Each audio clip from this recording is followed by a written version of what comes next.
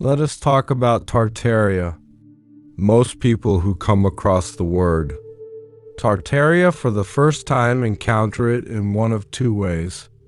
Either they find it on the edge of the internet, buried in forums and comment sections and breathless videos that promise to expose the greatest cover up in human history, or they encounter it in old books and antique maps that are beautiful and strange. Maps that label a vast stretch of the known world with a name that no country today carries, no anthem sings, no flag flies over, and in both cases, most people make a quick decision. They either dismiss it entirely as conspiracy theory, or they fall completely into the rabbit hole and come out the other side believing something was erased, something was stolen, something was hidden from us on purpose. What very few people do is sit in the middle. What very few people do is ask the slower, more careful question, what was Tartaria, really? Not what the fringe believes it was, not what mainstream history dismisses it as. But what does the actual record show? And what does the record leave out? That is what we are going to explore tonight. If you are listening to this late at night, lying in the dark with your headphones in, let this wash over you slowly. There is no rush here. This story has been waiting for a very long time. To understand Tartaria, we have to start not with mystery, but with geography. And we have to go back, far back, to a time when the world was being mapped for the first time by European cartographers who were trying to make sense of a continent they had barely begun to understand. Between the 5th, 10th, and 18th centuries, European mapmakers produced some of the most detailed and fascinating documents in the history of human knowledge. These were men who worked from traveler accounts, merchant reports, military dispatches, and the first-hand observations of explorers and missionaries who had ventured east. And on virtually every significant map produced during this period, maps from the Netherlands, from France, from England, from Portugal, there is a name that appears again and again, covering an enormous region, stretching from the Caspian Sea all the way to the Pacific Ocean. That name is Tartaria, sometimes spelled Tartary, sometimes divided into regions labeled Great Tartary, Chinese Tartary, Independent Tartary, Muscovite Tartary, but always the name is there. This was not a mistake. This was not a cartographic error repeated across centuries. These map makers were describing something real. They were describing a world that existed, a civilization or collection of civilizations, a political and cultural reality that stretched across the largest landmass on Earth, and that, in the estimation of the people who drew those maps, constituted one of the most significant powers in the known world. So the first and most important question is simply this: what happened to it? The mainstream answer is actually quite reasonable, and we should start there because it is not entirely wrong. The standard explanation from academic historians is that Tartaria was never a single empire. It was a geographic label, a catch-all term used by European observers to describe the various Turkic and Mongolic peoples who inhabited the great steppe regions of Central and Northern Asia. The name itself likely derives from the Tatar peoples, a collection of semi-nomadic ethnic groups who rose to prominence under the Mongol empire in the 13th century. When the Mongol Empire eventually fragmented, it left behind a mosaic of successor states, khanates, and tribal confederacies across a staggering stretch of territory. To the Europeans trying to map and categorize this world from a distance, it was simply easier and perhaps more accurate than we give them credit for to label the whole region with one broad name. Over time, this explanation continues. The individual powers that had been grouped under the Tartarian label were absorbed, conquered, or transformed. The Russian Empire expanded east and south, steadily incorporating the steppe peoples into its own administrative structure. The Qing dynasty of China pushed west, absorbing regions that had once been labeled Chinese Tartary. The Persian world absorbed the south, and so, by the early 19th century, there was simply no political entity left that could reasonably be called Tartaria. The label faded from maps because the geopolitical reality it described had been divided among other powers. This explanation makes sense. And for a long time, it was, and still largely is, the one that historians offer. But here is where things get interesting, because when we look closer at the maps themselves, when we sit with the primary sources from this period, rather than the summaries written about them, something begins to feel slightly off. Not dramatically wrong, not fraudulently wrong, just incomplete, like a story where all the major plot points are accounted for. But the texture of it, the details around the edges, do not quite add up. Consider the architecture. Across the enormous region once labeled Tartaria, from the steppes of Russia, through the Caucasus, across Central Asia, through Siberia, and into the edges of what is now China, there are buildings. Not ruins in the conventional sense. Not ancient temples that historians have studied and cataloged and explained, but buildings of a particular kind, elaborate, ornamented, structurally sophisticated, that appear in cities and towns and remote locations where, according to the accepted historical timeline, no civilization capable of producing them should have existed at the relevant time. Buildings whose architectural details echo styles found thousands of miles away. Buildings whose construction requires technical knowledge and material processing that the official record suggests was not available in those regions during those centuries. This is not a fringe observation. Architectural historians and archaeologists working in Central Asia and Siberia have been quietly grappling with this for decades. The question of who built certain structures and when, and using what knowledge, has produced genuinely unresolved debates in academic literature. The structures exist. The mystery is not invented. What is contested is what the mystery means.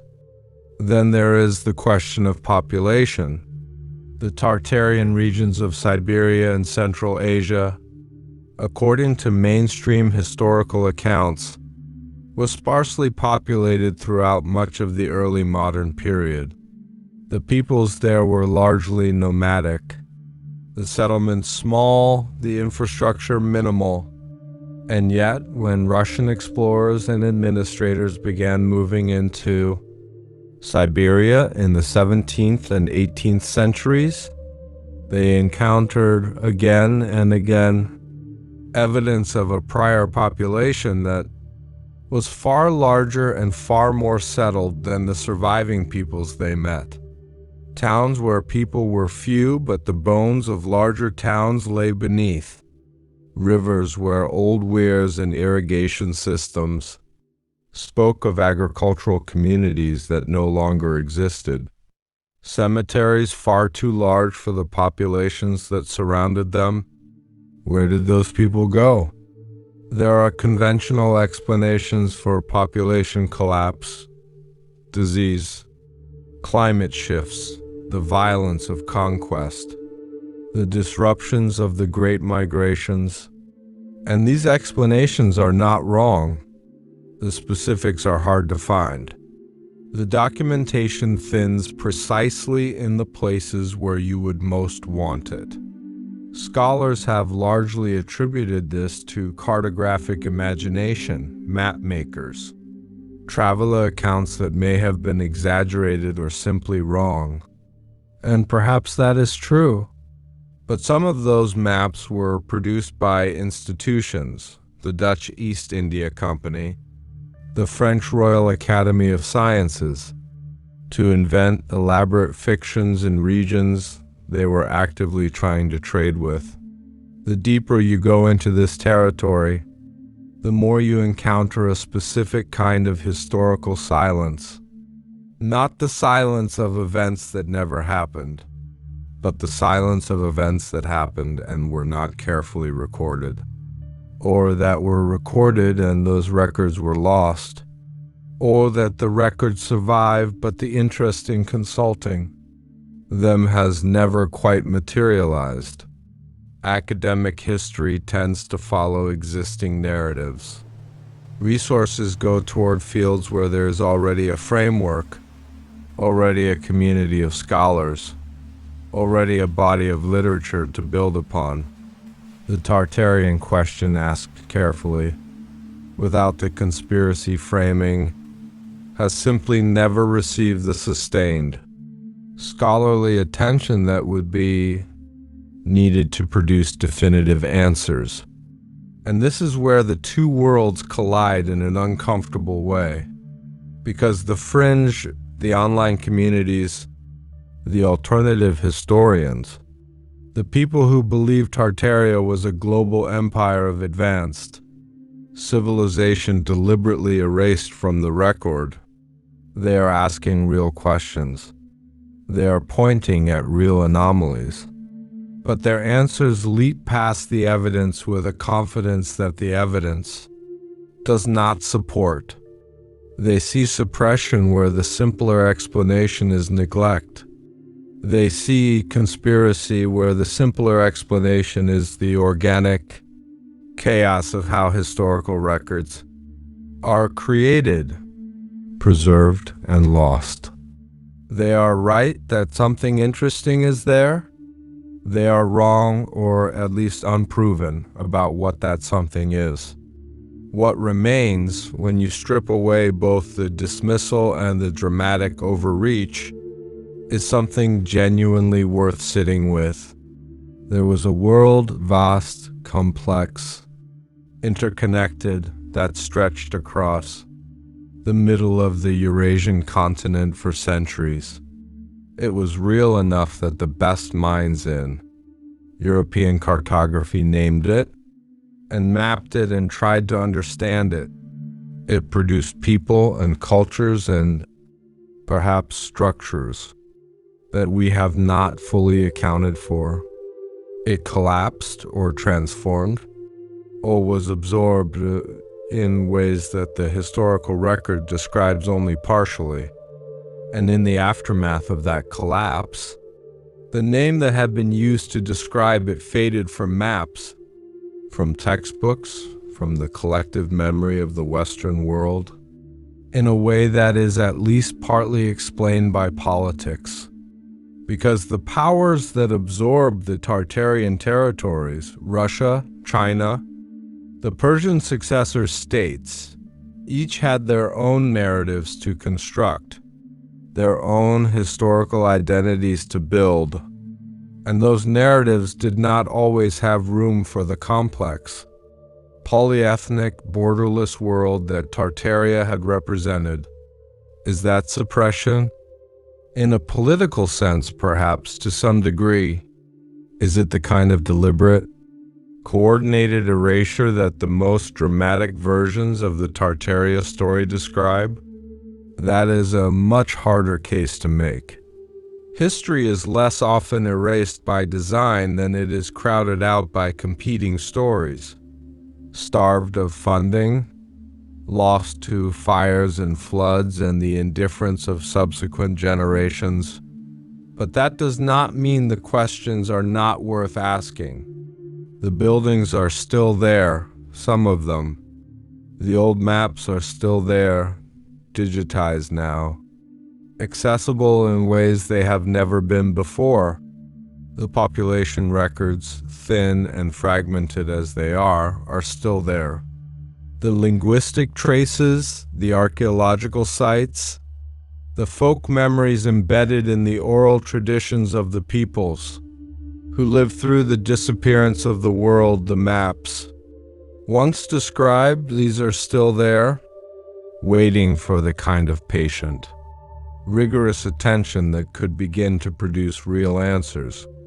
What strikes most people who study this seriously, not the conspiracy version, not the dismissive academic version, but the genuine historical question, is not the drama of it. It is the quietness.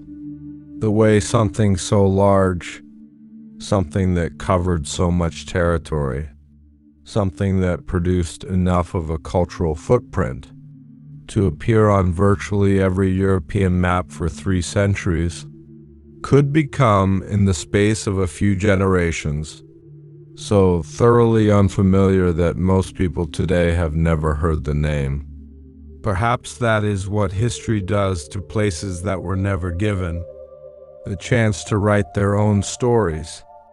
Perhaps the peoples of the Great Steppe, the Tatars, the Kazakhs, the Siberian tribes, the dozens of smaller ethnic communities that lived and built and moved through the Tartarian world, were simply on the losing end of an expansion that rewrote the categories, renamed the regions, and replaced the old labels with new ones that better serve the powers that had won. Maybe the real story of Tartaria is not one of a hidden supercivilization. Maybe it is something more human than that.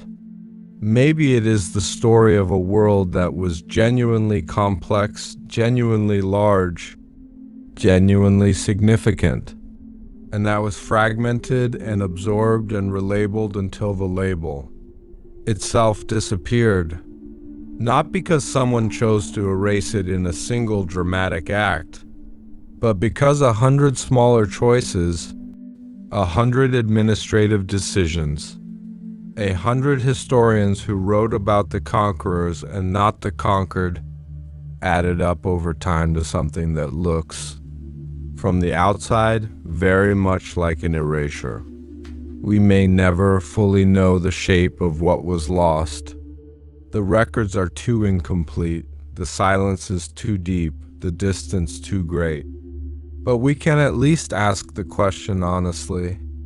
We can at least look at those old maps, the ones where the word Tartaria spreads across half a continent in careful, confident ink, and allow ourselves to wonder what it felt like to live inside that world. What it felt like to be part of something so vast and complex that it took European cartographers centuries to even begin to map its edges, and what it felt like, perhaps, to watch that world slowly stop being named. Some stories do not end with answers. Some stories end with better questions. And maybe the most honest thing we can say about Tartaria, about the real Tartaria, the historical Tartaria, the one that actually existed somewhere, beneath all the myth and all the dismissal, is that it deserves those better questions. It deserves the kind of attention that neither ridicules nor sensationalizes, the kind of attention that simply looks carefully at what is there. If this kind of story speaks to you, if you appreciate the slow approach, the willingness to sit with complexity, the refusal to either panic or dismiss, then share this with someone you think would feel the same way. These conversations grow when the right people find them. And if you have a thought, a question, a piece of this you want to push back on or add to, leave it in the comments. Some of the most interesting things we have learned on this channel have come from people who simply said, "Have you considered this?" We will keep turning the pages, and we will keep reading carefully. This has been Hidden Pages of History.